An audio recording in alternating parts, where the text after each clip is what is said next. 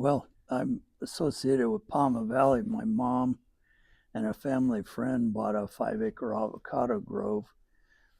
I had worked there a couple of times for the sheriff's office, but that was a resident deputy spot when we worked there. But at nights, we'd get called out of Escondido to respond to calls, murders, and things like that. So that's how we got out there.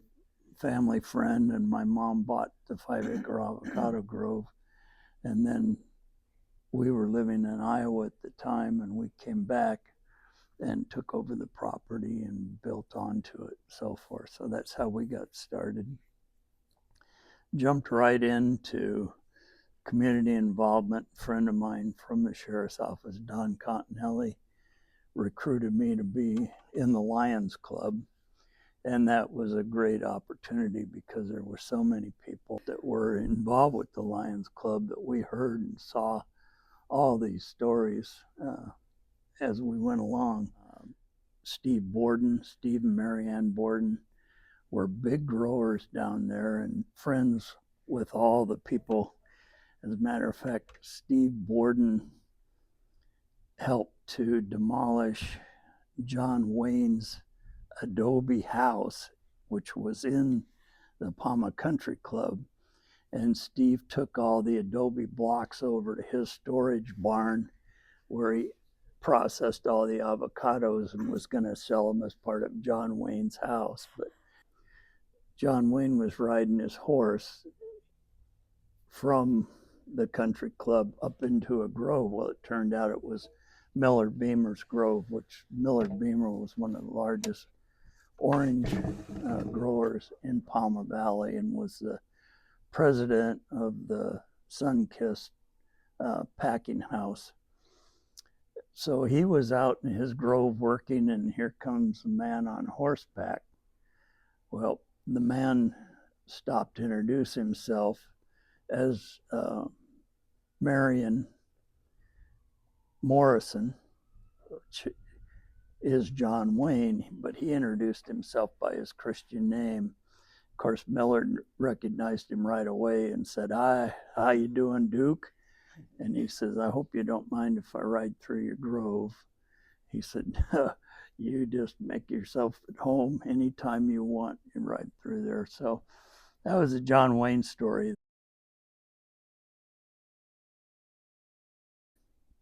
I ran for the school board and sat on the Pauma School Board for many years, but we had a lot of fun with the school. It didn't provide the kids much opportunity, so we always had a big, huge Halloween carnival. The Lions Club had griddles because we hosted pancake breakfasts and stuff to raise money, but we brought in hamburgers and hot dogs and all that stuff, and other community members did big chickens, and Indian fry bread was awesome. We had the cakewalk, and that was all those kids. But Millard Beamer had Sunkist send down cases and cases of candy, jelly. Oh, those candy. Oh, yeah. So we made up candy bags, and each kid probably got a pound worth of the candies. But Millard had all that sent in so that nobody would go missing. And, obviously we held that a week or two before Halloween, so the kids could ride up to Temecula or over to Vista or Escondido or whatever and do trick-or-treating, but that was always a huge event at the Pauma School. So when I was on the school board, we had a great superintendent, Kim McLaughlin. Kim's retired now. We always got involved with the school in a big way. They had a building assessment fee. Whenever you built anything in Pauma Valley, you had to pay an assessment fee to the county, and that was to go to park and recreation. So I checked into it. Turns out that nobody had ever applied for the assessment money, so we applied as the Pauma School and said, "We're going to build a baseball field." And they said, "Well, as long as you make it available to the public." I said, "Well, this is a public school, so they're welcome to join." So we ended up taking all of that money and built a huge baseball field. It's down below on the lower playground. But we met a man named Sherman Finger from the country club, and he wanted to know how he could help. So we established a foundation. Pam Moe, who was our business manager at Pauma School, and I went to a couple of state-sponsored programs on setting up an educational foundation. So we started that, and Mr. Finger actually became the chairman of the whole process. And he went to the country club. John D. Rockefeller had a big house there. So he felt very comfortable about approaching Mr. Rockefeller and said, I want to show you this little schoolhouse we got here. And Mr. Rockefeller said, all these years we've driven past that and wondered what it was. So they took him on a didn't even realize that. Yeah, took him on a tour of it. And he said, well, we'd like to help, but our foundation, is years in advance, so we'll put you on the list. I don't know whether they ever came up with any help. I'm sure they probably did. But Mr. Finger's wife was such a sweet lady, and she brought all of our first and second graders over to Pauma Country Club at Christmas time. And they all sang. They made their own little collars and bows and all that stuff and sang. And they always gave the girls a little doll and the boys a little truck wrapped up. And so he said, I still remember one little guy, they said, well, just open it up.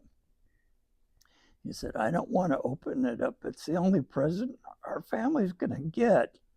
So I want to share it with my brothers and sisters.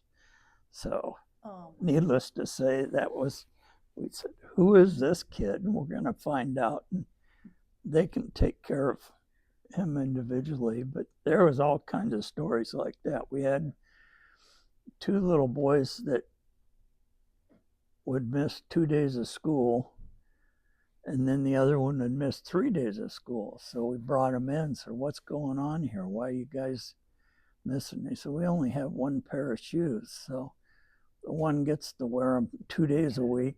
The other one gets to wear them 3 days a week. So we got together with a shoe store in Escondido. But the Chargers came in, San Diego Chargers football team, back when they were down here. And they said, we'll take the kids down to the shoe store. You get them all outfitted. So we loaded up the bus and hauled them all down and got them all outfitted with shoes. So, oh my gosh. It's just. Now, was that as part of the Pauma Valley School District or part of the Lions Club that you were doing this? Well, it was a little of both. I mean, we're. Just community. Right, because we were involved in the Lions Club, and Kim McLaughlin, the superintendent, was also in the Lions Club, and all the community members were in the Lions Club, and the men and their wives all supported it. So it was a collaborative effort. But when we found situations like this, but Mr. Finger ended up building the Performing Arts Center at Valley Center High School and naming it after his wife. So long after I left. The Maxine Theater? Yes. Oh, well, I'm going there tomorrow night to see the woman speak about the Holocaust. Okay, well, that's Maxine Fingers. She's no longer alive, but Sherman dedicated to that millions of dollars to build that and tied it into the high school so that it was on school property and able to use for performing arts at the high school. So it was a small world. And he was just one of the sweetest men you'd ever want to meet. Totally non-pretentious at all, but just any way they could get involved. Well, of course, the women at the country club, when the little kids went over to sing, they found out hearing these stories from Sherman and Maxine, so they wanted to get involved. So it just snowballed. It was just a phenomenal situation. We feel very fortunate that we were there and involved with them at the time. Those are just a few of Scott Hayward's stories that he shared with me. If you've been in the Valley Center and Pauma Valley area for a long time and you have stories that you'd like to share, please reach out to me. I think these important stories need to be shared with our community, and I know there's a lot of people that would love to hear them. If you're enjoying these little videos on Valley Centered, please be sure to subscribe on the YouTube channel. Give this video a thumbs up and share it with someone in the area or someone who used to live in the area who might be interested in watching.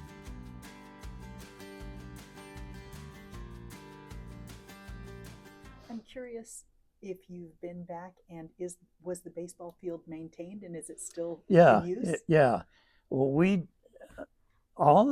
when I started on the school board, all the kids that graduated from high school went to Fallbrook High School.